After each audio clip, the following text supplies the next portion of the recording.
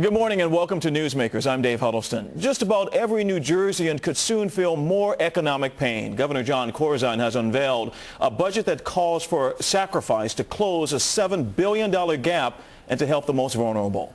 The governor proposes eliminating property tax rebates for homeowners making more than $75,000, requiring state workers to take furloughs and wage cuts to avoid layoffs, increasing taxes on cigarettes, liquor, and wine, and a one-time 0.75% income tax increase on those making more than $500,000.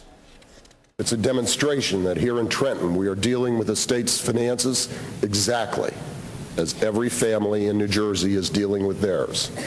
We're living within our means, we're not spending more than we're taking in, and we're making the tough choices to do the right thing.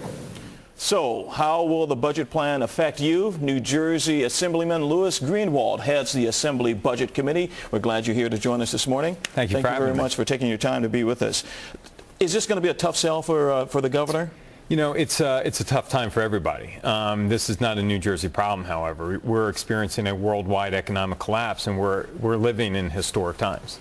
So the sell really, I think, begins at home. And I think if you can relate this, as the governor did in the lead-in, the families are experiencing this every day. And the business of New Jersey is like a family that lost 25% of its revenue, and many of your viewers have a household where someone may have been laid off or experienced a pay cut in order to keep their job.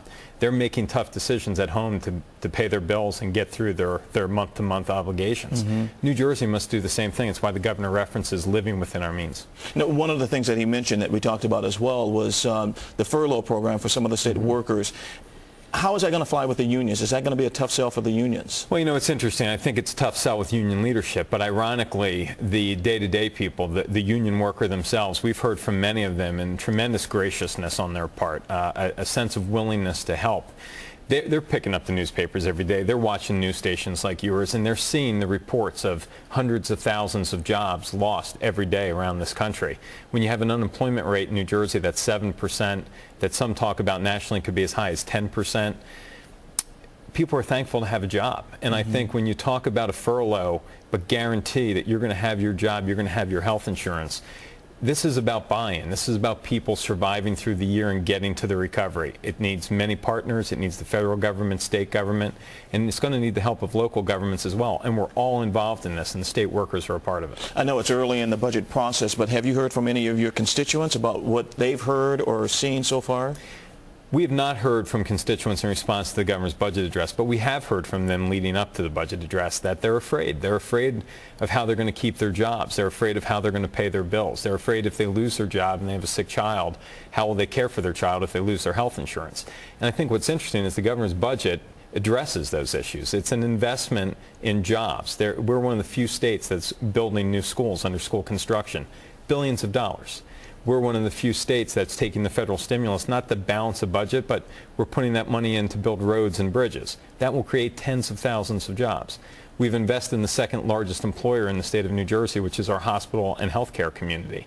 Hundreds of millions of dollars, over $600 million, invested in the second largest employer. And at the same time, that money will go directly to benefit the people that show up in the emergency rooms who don't have insurance to help offset those costs. So the budget is really a reaction to what we've heard from people. Now, we will begin to hear from them through their advocacy groups.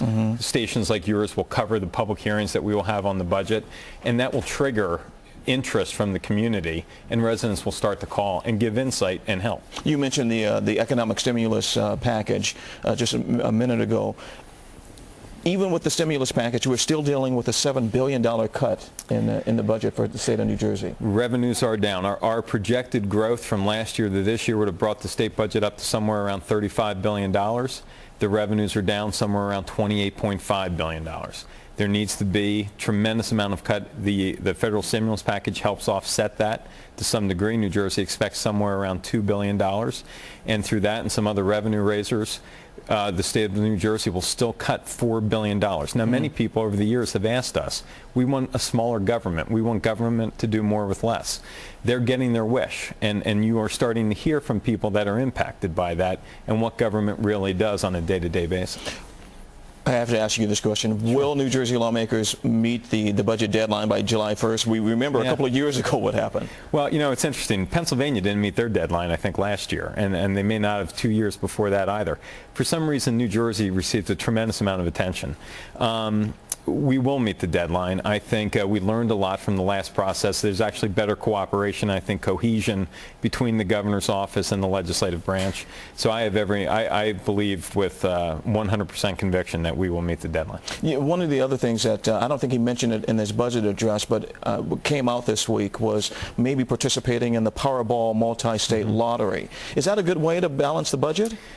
You know, I think it is when you're winning. I mean, they just had the Powerball record numbers again as recently as last week. New Jersey and Pennsylvania both in their own lotteries, a lot of excitement. It stimulates a lot of interest. And I think in tough times like this, I think sadly people put a lot of hopes maybe on winning those types of lotteries. You know, to me, it's $1. I've never played the lottery, but I look at it with such interest, and you know, you always think about what it'd be like to win, but you know, what's the saying? You can't win if you don't play, right? Yeah, so, yeah. Look, it's a revenue raiser. It's an opportunity to raise money. Hopefully, people play within their means. The reality is, people are playing them all over. Many people came over the bridge to buy tickets for Mega Millions. Absolutely, as did Pennsylvanians come over to play New Jersey's, because both of them, I think, were over $200 million. Yeah.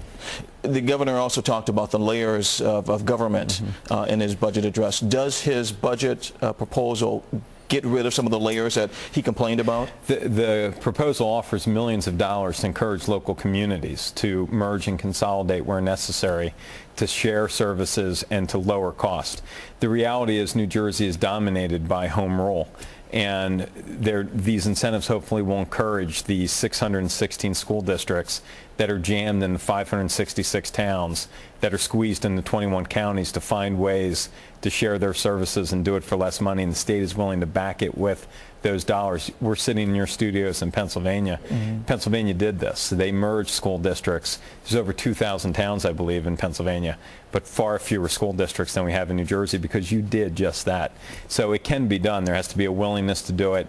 But this economic crisis, I think, creates opportunities for people to look at things differently. We used to hang on to these things, these cherished traditions, because it was what we knew. Even when we knew it wasn't working. People are afraid of change. But I think when people are struggling and their bills are going up and they're concerned about how they're going to make ends meet, they're willing to try new things. And I think this is an opportunity. In a related question, in a roundabout way, Atlantic City and the casinos, there's talk in Trenton of having an all-out smoking ban coming around. Trenton, or Atlantic City just recently came out and said their revenue was down, I think, like 19.2%. Is a smoking ban a good idea at this point, at this juncture, looking at the decrease in revenues? You know, the smoking ban is an interesting topic. I think it gathers a lot of attention. The revenues in Atlantic City are down not because of a smoking ban. The revenues in Atlantic City are down because of the competition that's coming on our borders from Pennsylvania, for the first time. Sure. Absolutely. What I would encourage New Jersey to move aggressively, as I have for the last number of years. We need to make a move in sports wagering. Hundreds of billions of dollars are wagered every year. We need another attraction to keep New Jersey ahead of our competition. And I think by encouraging sports wagering, getting people there, Philadelphia Eagles in an NFC Championship game, Philadelphia Phillies in the World Series, Atlantic City would have been jammed. And the revenues from that would have been outrageous. On the smoking ban, when it went into the restaurant community, lots of concern. We didn't see a downturn in revenues from the restaurant industry. Now you're seeing it because of economics. People don't have the money. Hopefully they're making those decisions not to gamble their dollars away, because they're trying to preserve them to pay their bills, take care of their children. Any final thoughts on for the constituents out there for this very difficult economic time? Well, you know, I thought President Obama said it beautifully when he talked about the need for some of us to work less so that our friends don't lose their jobs. And that's really what we're trying to say to state workers around New Jersey. But it also needs to be said to local municipalities. Look, the state of New Jersey has asked for co-shares on health insurance from its state workers. They're asking for furloughs. They are asking for people to take a wage freeze so that they don't lose their jobs. We can, at the same time, while New Jersey is doing that, having local municipalities and school districts giving 4.5% and 5% increases. Everybody needs to give a little bit, because there are better days ahead when we'll all enjoy the prosperity. But we need to get there. And we need people to share in this pain so that we all come out ahead. New Jersey, as difficult as it is for those who are struggling, we're far better than many other states. As you read the headlines in California and New York and other states, New Jersey is far ahead. Something to keep in mind. Assemblyman, thank you for being with us. Thanks for having me. Our guest on Newsmakers has been Greenwald, the chairman of the New Jersey Assembly Budget Committee.